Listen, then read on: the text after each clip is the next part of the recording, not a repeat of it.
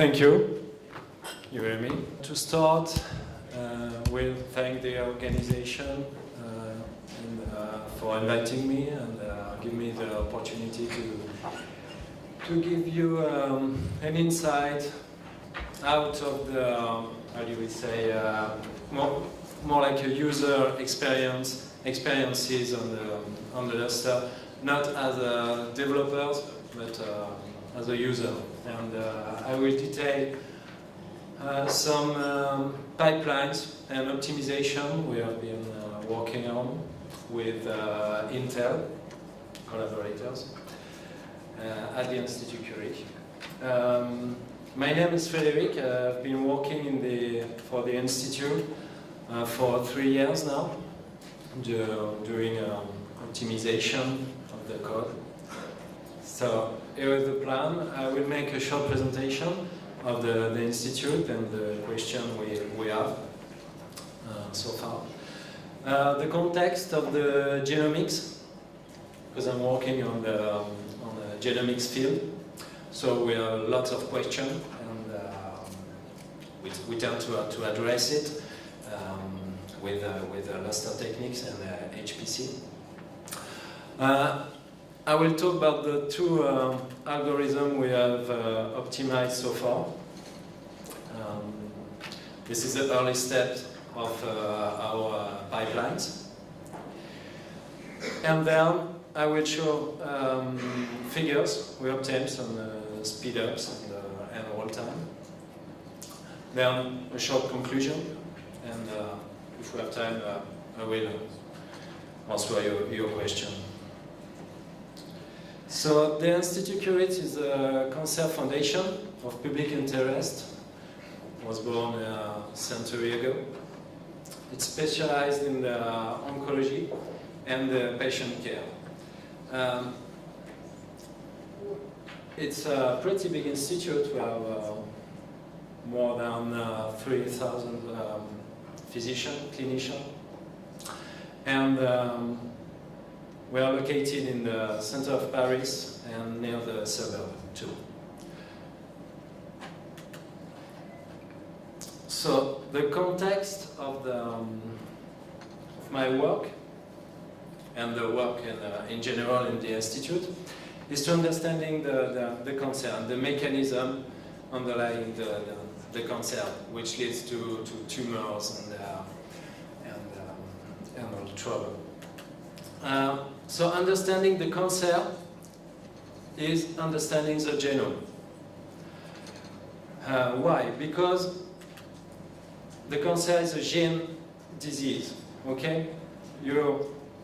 When you can see, when you have tumor cells, most of the time it's a translocation that happens at the nucleotide level.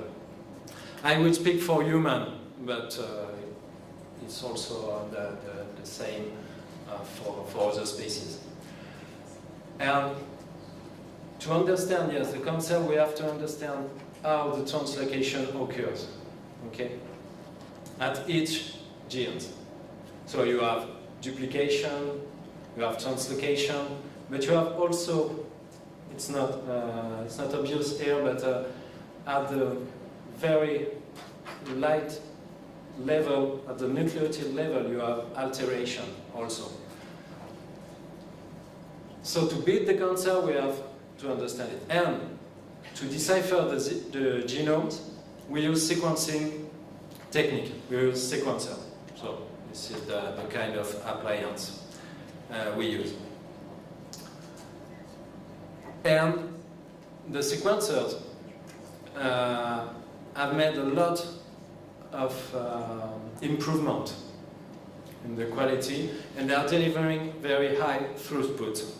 So how do we deal with all the throughput? When I say throughput, it's like a terabyte per day, maybe more. Okay? So why is it? There have been since a decade a great improvement in the technology of the sequencing, and the result is the decreasing cost. We are near below the 1,000 genome sequencing, $1,000 genome sequencing. So it will become a routine in a few years, and it's even the case in some hospitals. So this explains one part of the throughput we are facing. There's also another question that arose. It is a precision medicine. So it has been demonstrated that targeted drugs are more efficient. So how do you build targeted drugs? We build it thanks to the genomes. If we understand the genomes, we understand the disease, so we can fashion the drugs and be more accurate in the treatment. So we are facing two constraints, in fact. We are facing a data volume constraint, but we are also facing the time to market, to deliver the drug, in fact, to build it. And for the precision medicine, for instance, the drug has to be delivered earlier as possible.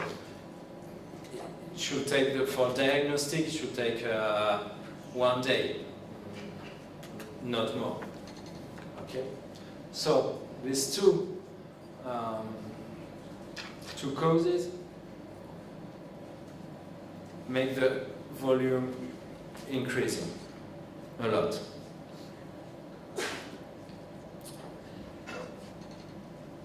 So to the actual pipeline we have developed here, it's one pipeline because there are lots of questions regarding the result. But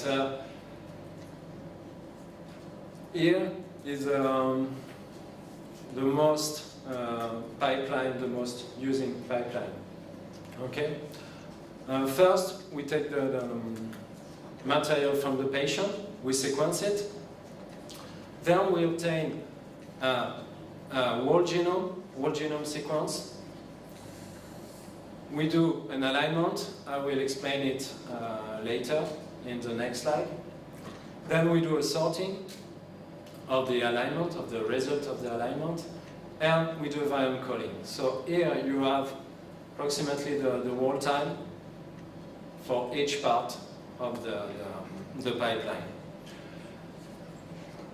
The input and the output are almost always text file.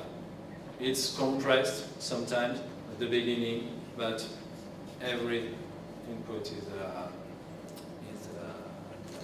text, in the text format. That's why Lustre comes into the game and can give us a lot of improvement in the throughput. So again, this pipeline explain it's like crushing the data. We are crushing it. We take an input of several terabytes, then we crush it to mega. Okay.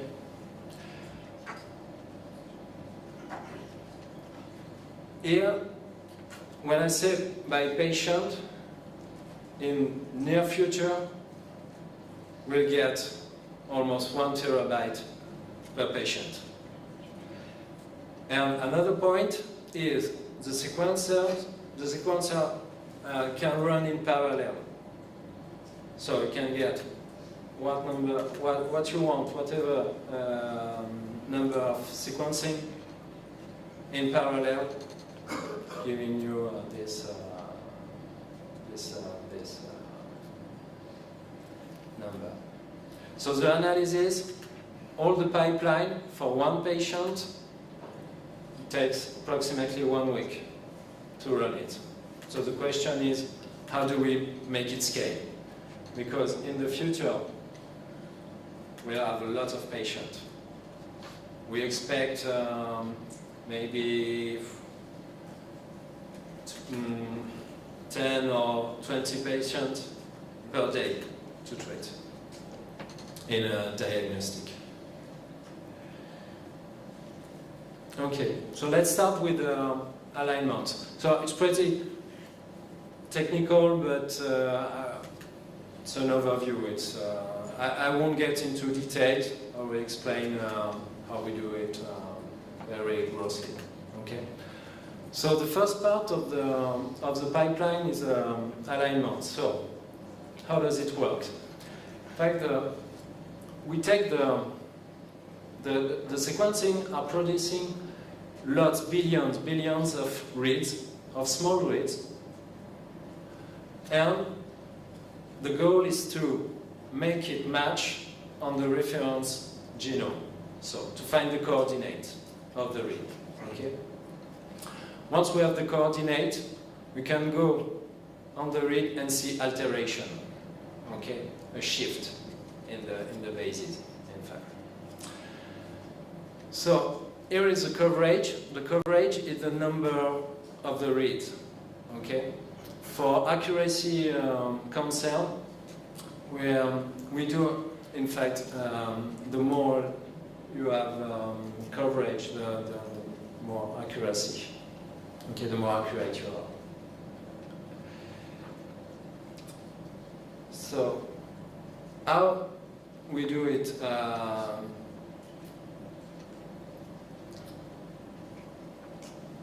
Up to now, we are doing the analysis of the alignment in the embarrassingly parallel way. We split the data, we align, we compute, in fact, the coordinates, and then we merge. So the trouble with that, we have a lot of I/O, lots. It's almost 70% of the whole time is spent in I/O. So it's very I/O intensive. So the first bottleneck is in I/O, is a I/O bound, in fact. So what we have proposed in the Institut Curie is to parallelize the I/O, in fact, with the help of Lustre, parallel architecture, and with the help of OpenMPI. All we've done is all our codes, all our software is done with OpenMPI. Okay. So we have a first stage. Okay. We copy the file on the Lustre file system using the striping. We stripe the file, in fact, in the FASTQ format. Then we load it in memory, in parallel, and then we align. Okay?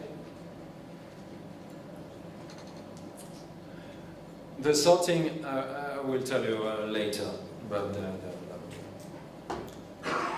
the following step. With the MPI, we use the shared file pointer operation. So that allows us to remove completely the I/O bottleneck. Then each chunk of the file is treated independently on each CPU. You can also see this pipeline as a streaming. Okay, you have a movement of the data. You have first a load balancing. We compute offset and chunks. Okay, for load balancing. Then each CPU reads an offset, thread, write, and go back, like in circle. It's very efficient. We have tested this pipeline on two architectures. One in the CA, and the other proposed by Intel, the Intel Swindle Wildcat. The difference between the two, it's the fabric, not the same, and the SSD cache. and the Lustre file system, and you will see the impact of the differences.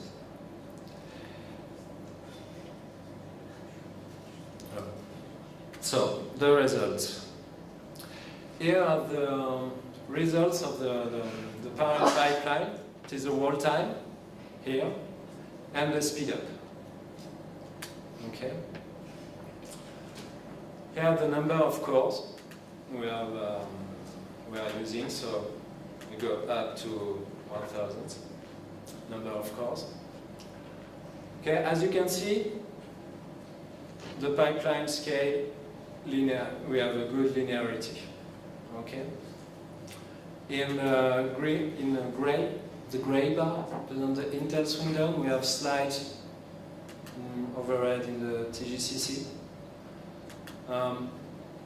but it scales. It scales pretty well, in fact. So with 1,000 cores, we are up to 20 minutes to treat 90x whole genome. 90x represents 1 terabyte. 1 terabyte of text file. It's an ASCII file. So. I don't know if you can see here, but if we break down the pipeline, no, it's too small. Okay, here are the writing part, the writing and the reading part. So it boiled down to around 5%. No, I'm sorry, you can see it. So we happen to remove the I/O. And the rest of the alignment. And the rest of the alignment is here. It's almost 90%. So now the pipeline has become CPU bound. So the next step will be the next bottleneck is here. Okay. So you can see it's very powerful. The parallel reading, parallel writing, it's very, very powerful. It eliminates completely the I/O. Yeah, you can see also the memory impact. It comes from the overloading, and come from this part, load balancing. Okay.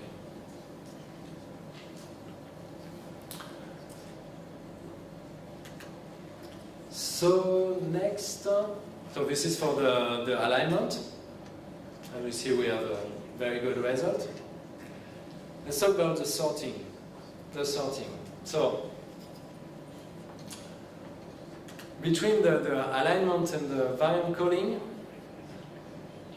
why do we sort? Okay, in fact, sorting the data will improve the performances of the variant calling. Okay, once your data are sorted, it's faster to search for alteration, to do analysis, statistics, and so on. So, but sorting is very difficult to make it scale. It's a complex task. Okay. What is the sorting? In fact, it's very simple. You take one line in the read file. You take one line and you move it at the right position according to the coordinates of the read on the reference. That's it. That's what the sorting is. It's very, very simple. But make it scale, pretty much complex. Okay, here is the traditional way. Some tools, for instance, it's one of the most used tools actually in the pipeline. How does it work? It is a merge sort with lots of temporary files. Okay. It breaks up the file in blocks. write it in temporary file, sort it, and then merge it. So once again, you have I/O bottlenecks here and here. Okay. And at some point, to some extent, the SAM tools and the traditional tools fade. I will show you when the files become very, very big. Okay. So what do we propose? We propose here a sorting, parallel, in fact, sorting, where we parallelize everything. Everything. The access, the reading part is parallelized thanks to OpenMPI. The sorting, we use Bitonic sort, which is a parallel sorter designed by Kate Butcher with a very low complexity. Then we have a phase of exchange, of merging, in fact, and to do the merging of the data, to do the trade, memory trade, we use the Brook algorithm.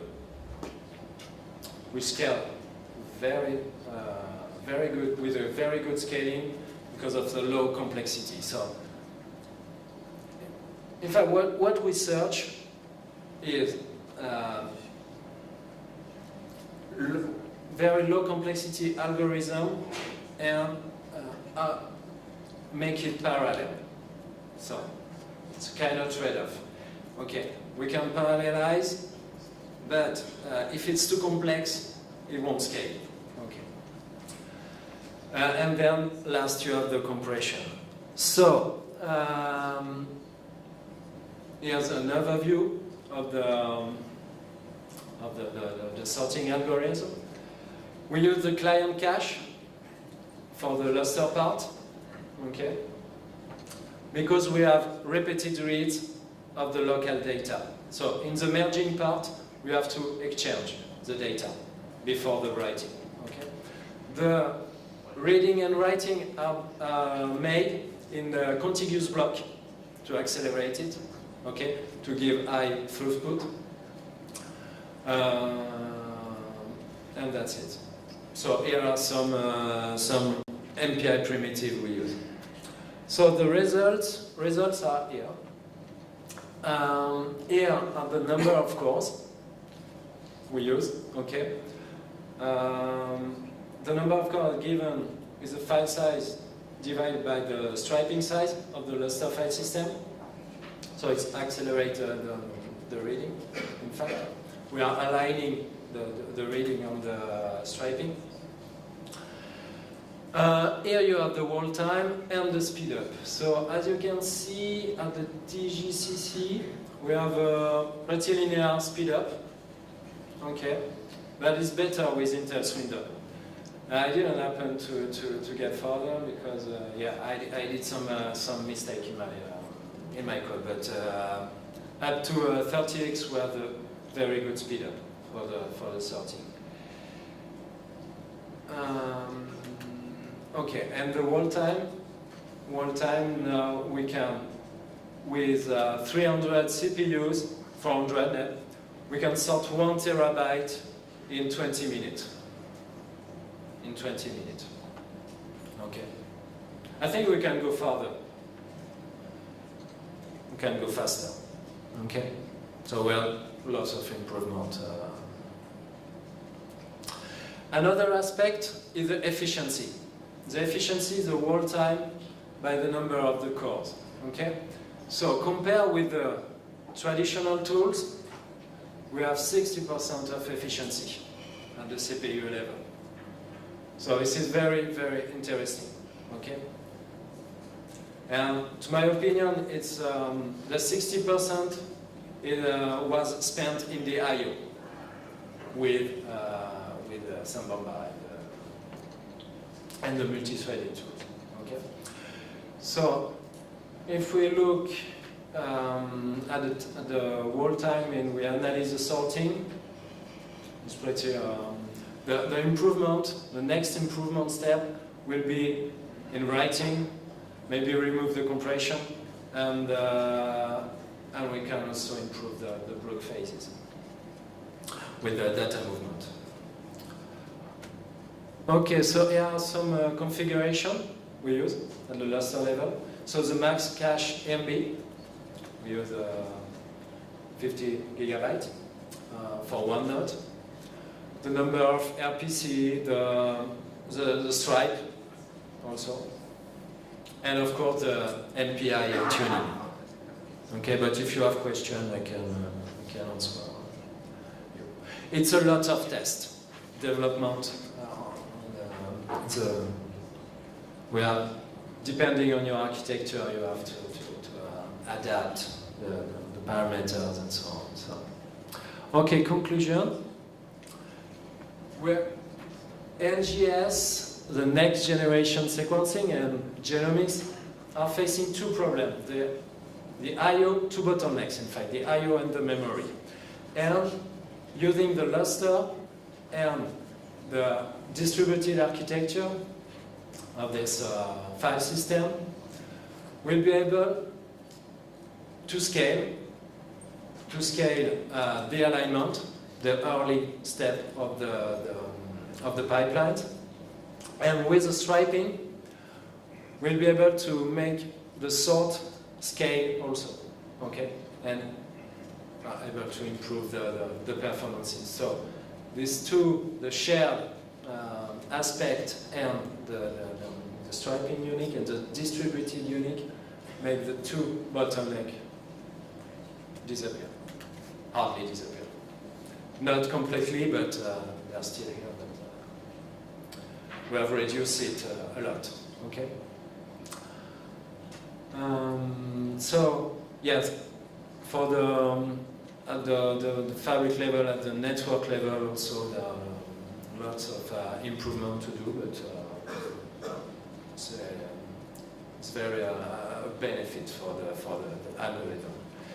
Okay, so the next step of the next challenge will be to test the Intel Broadwell, both at the Intel and TGCC part. They have new facilities and new architecture setup. So I will thank Nicolas Joly, who helped me from the Institut Pasteur, who helped me developing code, especially the alignment part. We also thanks Claude Scarpelli to give me access to the TGCC supercomputer. And from Intel, Gabriel Paciuti, who invited me for the talk. We had a lot of discussion around Lustre, the parameterization, and so on. From the Institut Curie, I will thank also the IT guy who helped me, and Philippe Huppé, my supervisor. And I work also with the University of Paris Descartes with students who helped me to develop the code during their internship. So thank you very much for your attention. Thank you.